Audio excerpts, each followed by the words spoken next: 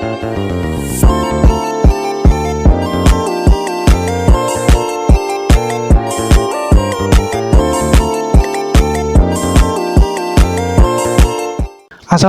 warahmatullahi wabarakatuh. Perkenalkan, nama saya Muhammad Danafrian. Di video kali ini saya akan mempresentasikan materi yang berjudul pemrosesan informasi. Pemrosesan informasi adalah proses pengumpulan data yang dilakukan untuk menghasilkan informasi yang berguna. Pemrosesan informasi sangat penting dalam berbagai bidang karena membantu dalam pengambilan keputusan yang lebih baik dan efisien. Memahami bagaimana kita menerima, memproses, menyimpan, dan menggunakan informasi sangat penting. Proses ini memengaruhi aspek kehidupan kita.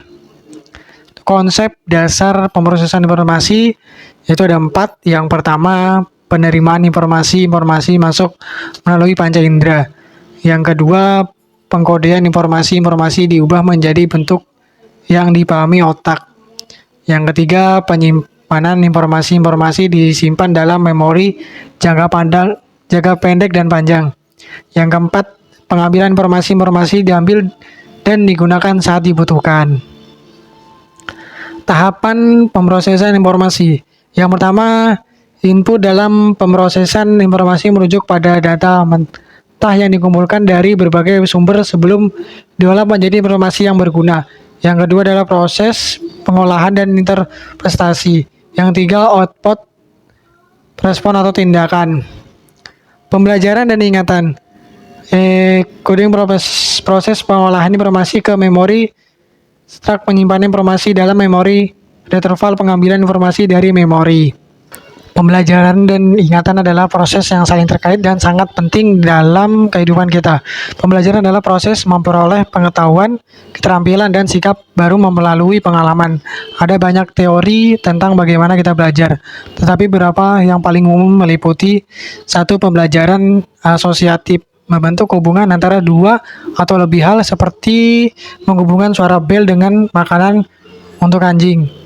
Yang kedua, pembelajaran kognitif, melibatkan proses mental seperti berpikir, memecahkan masalah, dan memahami konsep. Yang ketiga, pembelajaran sosial, melibatkan belajar dari orang lain seperti mengamati perilaku mereka atau mengikuti instruksi mereka.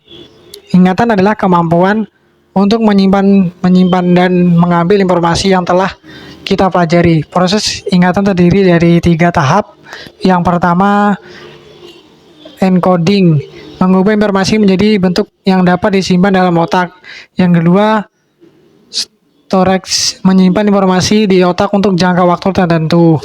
Yang ketiga, retrieval, mengambil kembali informasi yang telah disimpan oleh otak. Ada berbagai jenis ingatan. Yang pertama, ingatan jangka pendek, menyimpan informasi untuk jangka waktu pendek, biasanya beberapa detik saja. Yang kedua, ingatan jangka panjang, menyimpan informasi untuk jangka waktu yang lebih lama, bahkan seumur hidup. Yang ketiga, ingatan deklaratif, menyimpan fakta dan informasi yang dapat kita secara sadar. Yang keempat, ingatan prosedural, yang menyimpan keterampilan dan kebiasaan yang kita pelajari secara tidak sadar. Pemecahan masalah dan pengambilan keputusan. Identifikasi masalah adalah proses mengenali dan mendefinisikan masalah yang perlu diselesaikan dalam suatu konteks tertentu. Langkah ini merupakan tahap awal yang sangat penting dalam pemecahan masalah, baik dalam bisnis, pendidikan, penelitian, maupun kehidupan sehari-hari. Pemrosesan informasi dalam kehidupan sehari-hari. Komunikasi, bertukar informasi, belajar mengolah pengetahuan baru, pengambilan keputusan, dan memilih pilihan terbaik. Itu kesimpulan. Pemrosesan informasi adalah kunci untuk mengubah dan menjadi wawasan yang ditindaklanjuti, membantu individu dan organisasi dalam mengambil keputusan yang lebih baik, efektif, dan strategis. Keberhasilan dalam pemrosesan informasi bergantung pada pemahaman yang baik tentang setiap langkah dan penerapan metode yang tepat. Pemrosesan informasi dapat dipengaruhi dan berbagai faktor seperti kemampuan kognitif, jumlah informasi yang perlu diingat, dan tingkat fokus. Sekian presentasi dari saya. Bila ada salah kata mohon dimaafkan. Wassalamualaikum warahmatullahi wabarakatuh.